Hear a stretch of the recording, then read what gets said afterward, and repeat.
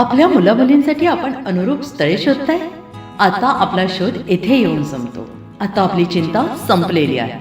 आपल्या मुलामुलींसाठी अनुरूप जोडीदार शोधण्याचा निवडण्याचं एकमेव केंद्र शादीबंधन वधूवर सूचक केंद्र. या संस्थेमध्ये सर्व समाजातील 70,000 पेक्षा जास्त स्थळे नोंदणी असलेले असे शादीबंधन वधूवर सूचक केंद्र. संपूर्ण महाराष्ट्रात आणि कर्नाटकात प्रसिद्ध असलेले एकमेव वधूवर सूचक केंद्र म्हणजे शादीबंधन वधूवर सूचक केंद्र, ज्यांच्याकडे आहे सर्व समाजातील सर्व जाती आणि पोटजातीतील 70,000 पेक्षा जास्त स्थळांची नोंदणी. आपल्या इच्छेप्रमाणे वर्गवारी करून अनुरूप स्थळे निवडण्याची सुविधा. एक वेळा जोडले जा आणि आपलं जीवन सफल करून घ्या. हजारोंनी याचा लाभ घेतला आहे. आपणही आपल्या मुलामुलींसाठी, विधूर, विधवा, वयस्करांसाठी योग्य स्थळांची निवड करा. एक सुवर्ण संधी घेऊन येत शादीबंधन. आजच संपर्क करा. शादीबंधन वधूवर सूचक केंद्र, लोकसंदेश न्यूज ऑफिस समोर, महाराष्ट्र स्क्रॅप जवळ, 100 फुटी रोड, सांगली.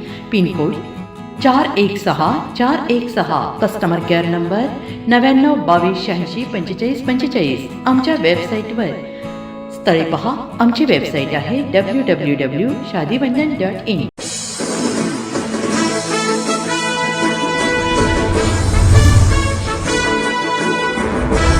सांगली जिल्ह्यात नशेखोरीवर अंकुश ठेवण्यासाठी स्थानिक गुन्हे अन्वेषण शाखेकडून सातत्याने कारवाई सुरू असून आष्टा परिसरात नशेसाठी वापरल्या जाणाऱ्या औषधी इंजेक्शनची विक्री करणाऱ्या दोघांना पोलिसांनी रंगेहात ताब्यात घेतले आहे. या कारवाईमुळे परिसरात एकच खळबळ उडाली आहे. तुषार दोशी आणि कल्पना बारवकर यांच्या मार्गदर्शनाखाली स्थानिक गुन्हे अन्वेषण शाखेला अशा प्रकारच्या गुन्ह्यावर कठोर कारवाईचे आदेश देण्यात आले होते. त्यानुसार पोलीस निरीक्षक संजीव झाडे यांच्या नेतृत्वाखाली पोलीस उपनिरीक्षक महादेव पवार आणि त्यांच्या पथकाने गुप्त माहितीच्या आधारे सापळा रचला.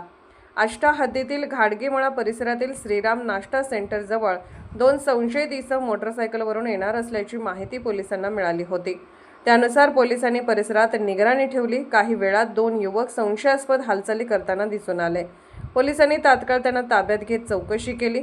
आरोपींची नावे अभिषेक भीमराव सरवदे वय 26 आणि रेहान रफिक मुजावर वय 20 आष्टा अशी असल्याचे समोर आले. पंचांसमक्ष झडती घेतली असता आरोपीकडून ट्रेमीमाइंड औषधी द्रव्याच्या 74 इंजेक्शनच्या बाटल्या जप्त करण्यात आल्या. तसेच वापरात असलेली मोटरसायकलही जप्त करण्यात आली. प्राथमिक चौकशीत आरोपींनी ही इंजेक्शने ऑनलाईन मागवून तरुणांमध्ये नशेसाठी अधिक दराने विक्री करण्याचा उद्देश असल्याची कबुली दिली. या प्रकरणी आष्टा पोलीस ठाण्यात गुन्हा दाखल करण्यात आला असून पुढील तपास सुरू आहे. अशाच विशेष घडामोडींसाठी आमच्या YouTube चॅनलला सबस्क्राईब करा, फेसबुक पेजला लाईक करा आणि इन्स्टाला फॉलो करा.